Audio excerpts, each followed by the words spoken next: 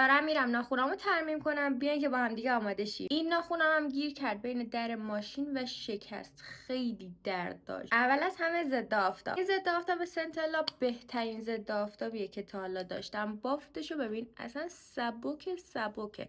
انگار که داری آبرسان میزنی. ژل ابرو. یه دخترای پیج من میدونن که من برای میکاپ روزانه کرم پودر نمیزنم. فقط یه کانسیلر به دور چشمام میزنم. کانتور استیکی فلورمارک. کانتور و کلی لوازم آرایش دیگر رو با بچه‌ها توی یوتیوب تست کردیم. شما هم اگه خواستین ویدیوشو ببینین، لینک یوتیوبم توی بایو پیجم هست. برای پشت پلکم از این رنگ برانزر پودری میزنم. پودر فیکس. بعد اینکه کل صورتمو خوش کردم، از رژگون پودریم روی رژگونم میزنم. حالا نوبت خط چشمه. این مدل خط چشم شیگلم هم توی یوتیوب با هم دیگه آنباکسش کردیم. خط چشم کشیدنم باهاش خیلی راحته. ریمل، هایلایتر و در آخر یه لیپ گلاس. خب من دیگه برم و آخر ویدیو واسهتون میذارم که ناخونم چه شکلی شد.